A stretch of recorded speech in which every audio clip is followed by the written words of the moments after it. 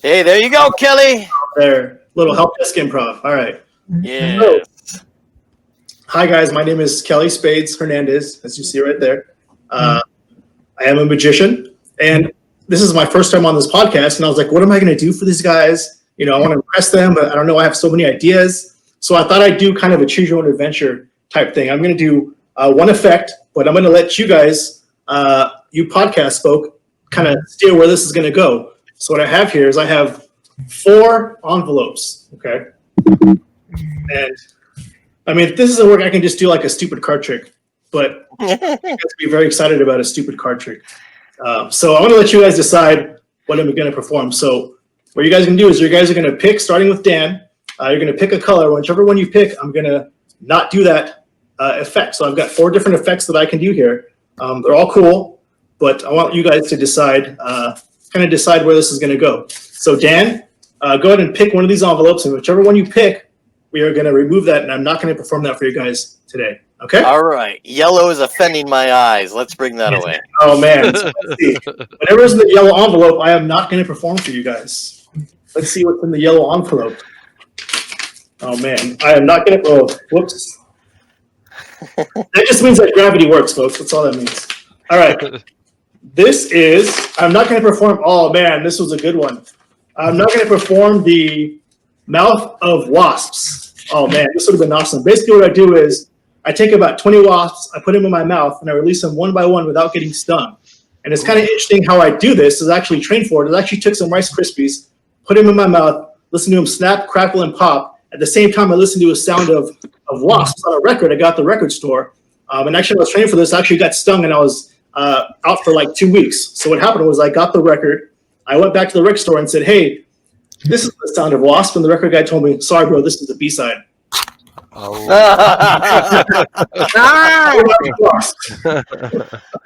All right, I'm not going to do them out the wasps. Somebody else pick a color who hasn't gone yet. I guess we can do blue. Oh, yep. Blue, are you sure? Is this a democracy or You can choose if you want to choose, Dana. I was actually gonna say blue. I love the color. I love the color, that shade. So I was gonna say blue. Yes. All right, let's get rid of blue. So I will not be performing tonight in the blue envelope. This happens to be, another classic of magic. David Blaine doesn't even do this one. The linking rings. Basically, get a bunch of rings and you link them. It's all pretty. Not going to do it tonight, though. That's the one we eliminated. I've got 2 left. I've got the headache-inducing pink and the George W. Green here. So somebody pick one and we'll eliminate it. Stacy, go for it. Pick pink. All right, pink. Okay. So whatever's left, whatever's in the green envelope, that's what I'm going to perform. So what I'm not going to perform is in the pink envelope. So let's see. I'm not going to do. This is going to be crazy.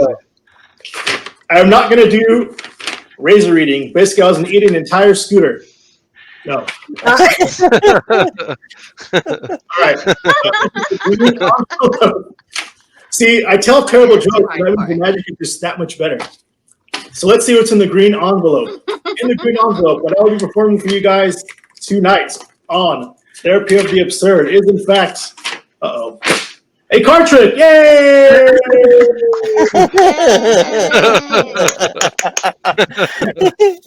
What are the odds? What are the I think like 24. Okay. So I'm not going to do a stupid pick a card trick because that's kind of too hard to follow here. And plus, like I was telling you guys in the green room, I wanted to use some ADA compliant cards so you guys can all see. So what I have here is some giant cards. And you can see there's only 4 cards. Now, how many of you guys have heard of the game 3-Card Monty? That's the one where you flip around and you try to get one, right? Right. Well, before that, much like 7-Minute Abs, there was 4-Card Monty. Okay, and people look so much at it, yes, that they actually had to outlaw it. And I'm going to actually show you the game right here. It's a very simple game. The object of the game is to pay attention to one card. This Ace of Clubs here is the money card, okay? And these blank cards here are only they're here to distract you. So what I'm going to do is I'm going to attempt to fool you. So what I would do if I was playing the game is I would show you one of the cards. Can you guys see that? Okay. Yep. I'd show you one of the blank cards, place it in my cool vest. then take the money card, if I did this right, place it between the two blank cards, and mix them up. Now, you'd see this from afar and come up and say, oh, that's easy. It's just reversing the order of the cards. And I'd say, okay, where is the ace? Now, if you watch what I was doing, you'd say it's probably in the middle. So I would say, are you sure? And you say, yeah. And I'd say, no, remember the blank cards. They're only there to confuse you. See if the ace has been in my pocket the whole time. Yeah. It's better if you drink too. But let's do it again. Oh yeah, I'll do that right now. Yeah.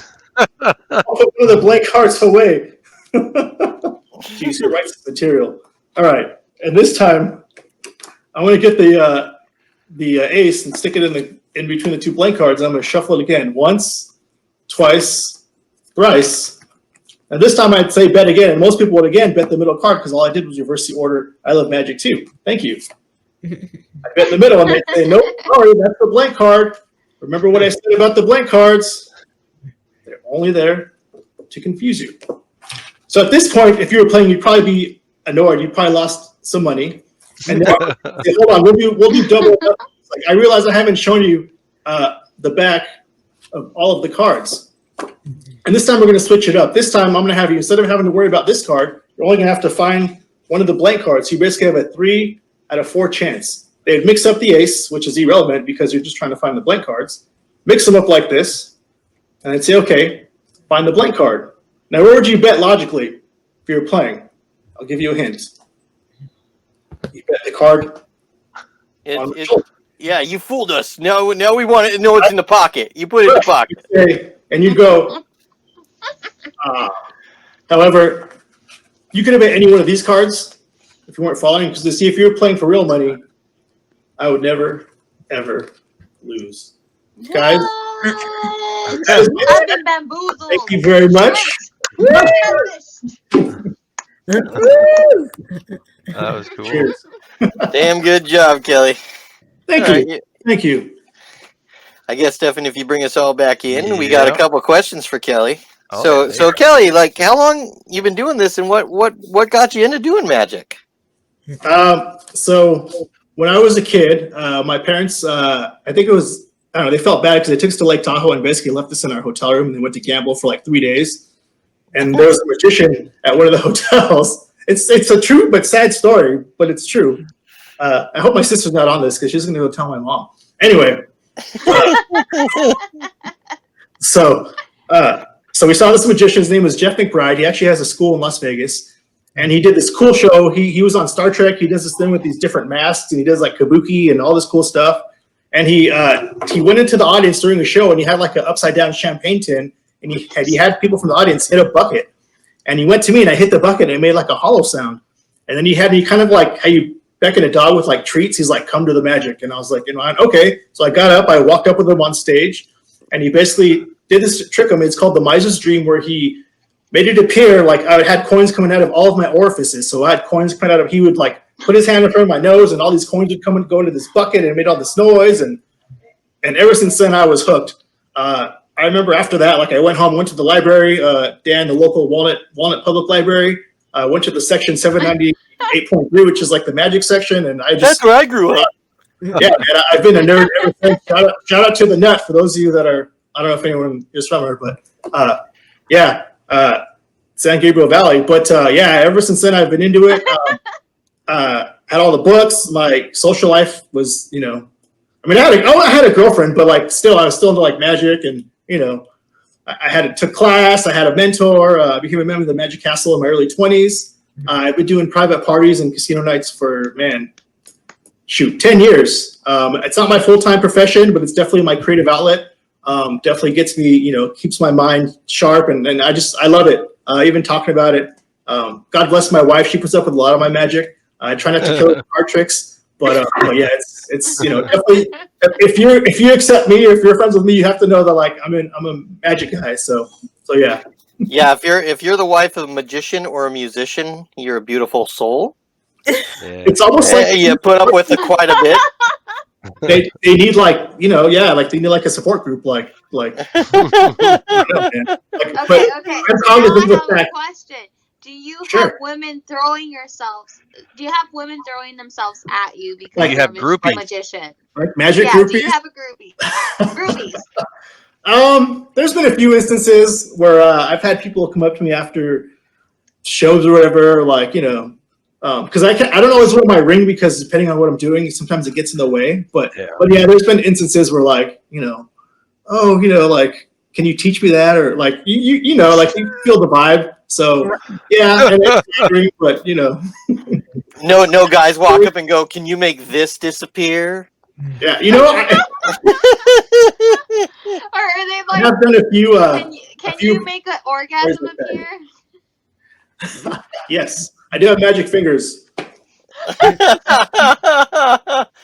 Well, before we go to our next segment, we do have to ask you. You got to tell people, Kelly. Tell them about the Magic Castle, which is closed right now. But tell people about it because you performed there. So let people know what that's about, just in case no one has ever heard of the Magic Castle in LA. So first, when I say performers, I don't mean like there's like the headlining theaters. So I kind of do like if you're familiar with like the Comedy Store, they've got like the Belly Room and they've got the different smaller stuff. So when I go there, basically it's a place where magicians can go and try out material, and that's kind of what I do. I don't perform at any of the main theaters, but I'm a magician member, and what it is, it's basically like a think of it like if anyone's familiar with the Comedy Store, it's like a comedy store for magic. Except every week there's a new lineup of performers. There's always people that go over there. Yeah. There's always people that go and try out material. They go on this little side theaters, and you basically go, you have to get dressed up. There's 4 or 5 different theaters, and you go see a bunch of different performers do magic. They've got 5 bars in there. And yeah, you basically just go and drink a lot and see a lot of magic, and it's a lot of fun. Not many places make you dress up anymore. Like women have to wear cocktail attire, men have to wear coat and tie, no sneakers. So yeah, it's a really cool place. If those of you that haven't been, I recommend you find someone who's a member and have them give you a pass, or you I need to go. I've never been. It's a lot of fun. Yeah. It sounds like it's when we were talking about it earlier, I'm like totally excited, totally be down to go. And also, like we were talking about Arsenio Hall earlier. Arsenio Hall actually started out as a magician. He was a magician before he became serious about comedy. Really? A lot of people don't know that. Like, but a lot of actors. Yeah. But I just want to share that about Arsenio Hall because it's I remember when he made his first appearance like on Soul Train, it was something he talked about, like the very first time I'd ever seen him on TV. Yes, Arsenio Hall was a magician before comedy. Steve Martin, Okay, Alexander. I'm gonna say this. She said this. Oh no, go ahead. Yes. Oh, Beta sorry. This is I think we missed it. This is Sprint, okay? This is Sprint cutting in and out. I was just gonna say, the Magic Castle is a very exclusive place. If you really want to go, by the way, incredible. If you manage to get an invite, you're so lucky. I would recommend following Kelly the other way. Following Kelly to see if you can get some tickets, because even for me, it's really hard to get in. If I get every now and then an invite, I take advantage of it. So follow Kelly, because if that's your closest link to getting in, okay, guys, exclusive. I went once during this last October when it was set up for Halloween, which was really interesting. It's very crowded then, but it's still worth it.